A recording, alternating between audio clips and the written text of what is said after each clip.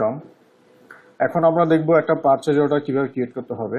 আমরা এখন আছি অর্গানাইজেশন ড্যাশবোর্ডে। এখান থেকে আমরা আমাদের কোম্পানিতে লগ ইন করবো।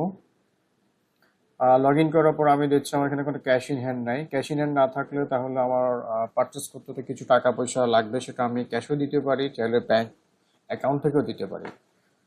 সো আবার ক্যাশ ইন হ্যান্ড তো প্রথমে থাকবে না, তাহলে আমি এখানে একটা অ্যামাউন্ট আমার ব্যাংক অ্যাকাউন্ট থেকে ট্রান্সফার করবো। সেটার আগে আমাকে ব্যাংক অ্যাকাউন্ট ক্রিয়েট করে সেখানে কিছু টাকা ওপেনিং ব্যালেন্স হিসেবে দেখাতে হবে। সো আমি এখন ব্যাংকিংয়ে গেলাম, ব্যাংকিং থেকে আমি অ্যাকাউন্ট ক্রিয়েট করছি।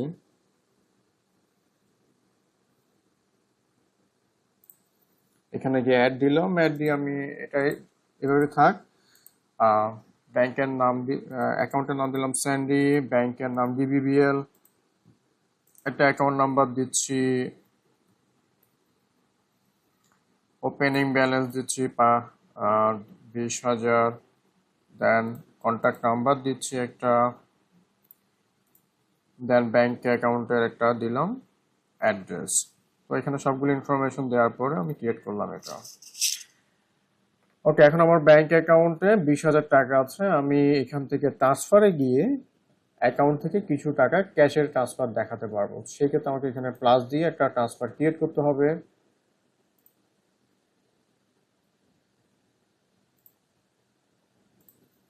সো আমি ডিবিবিএল স্যান্ডি থেকে আমার ক্যাশে কিছু টাকা পাঠাবো। যেমন আমি পাঠালাম 10,000 টাকা, আজকের ডেট রেফারেন্স ওপেনিং ক্যাশ, এবং এটা হতে পারে কি ফার্স্ট ক্যাশ ট্রান্সফার। ক্রিয়েট করলাম। তাহলে আমার ব্যাংকে ছিল 20,000 টাকা, ওখান থেকে 10,000 টাকা ক্যাশে আসার পরে 10,000 টাকা অ্যাকাউন্ট আছে, 10,000 টাকা ক্যাশে আছে। So আমি যদি ড্যাশবোর্ডে যাই, তাহলে আমার এই যে ক্যাশ ইন হ্যান্ড আগে 0 ছিল, এখন আছে 10,000 টাকা।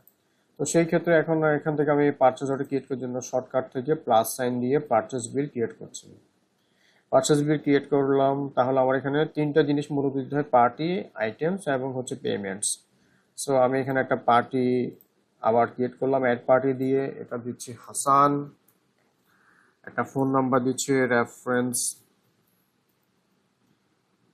একটা তার সাথে আমার একটা ওপেনিং ব্যালেন্স থাকতে পারে, তার থেকে আমি পেতে পারি অথবা সে আমার থেকে পাবে। তো এক্ষেত্রে ধরে নিচ্ছি ওপেনিং ব্যালেন্স টু রিসিভ, মানে হচ্ছে তার কাছ থেকে আমি পাচ্ছি।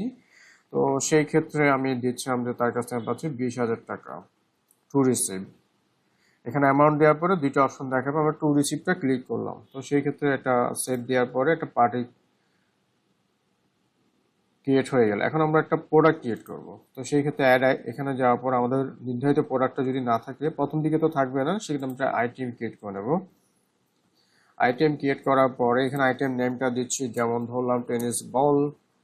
আমি এখানে বারকোড অ্যাসাইন করছি। এটার একটা স্পোর্টস আইটেম অলরেডি ক্যাটাগরি আছে, চাইলে আমরা এখান থেকে অ্যাড ক্যাটাগরি থেকে একটা করতে পারি। যেমন আমি এখানে দিলাম ক্রিকেট আইটেম।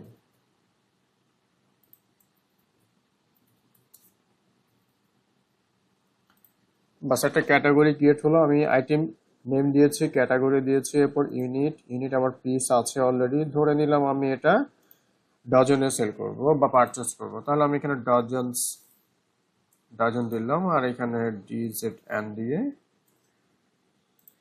ক্রিয়েট করে ফেললাম একটা ইউনিট। আর এটা ডজন পার প্রাইস দিলাম হয়তো 300।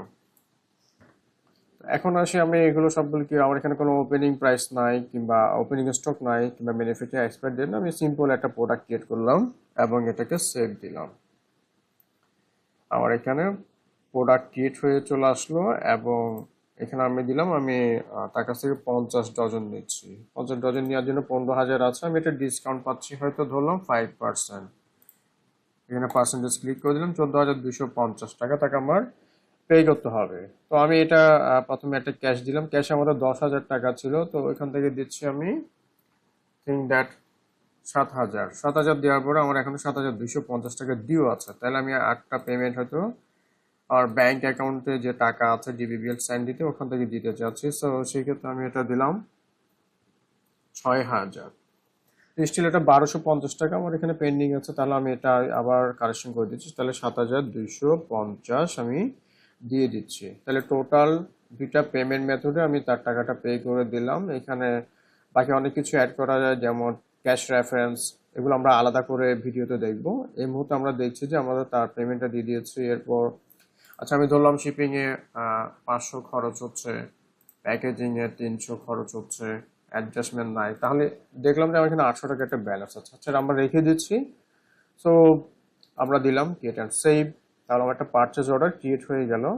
এই যে এখানে পারচেজ অর্ডারটা আছে, আমি এখান থেকে চাইলে এখানে দেখতে পাচ্ছি এই পারচেজ অর্ডারের নাম্বার, কোন পার্টির এগেস্টে কোন ডেটে ক্রিয়েট হয়েছে, টোটাল ভ্যালু কত, কত টাকা পে করেছি এবং ডিও কত আছে, এবং এখানে একটা স্ট্যাটাস আছে সেটা পার্সিয়ালি পেড।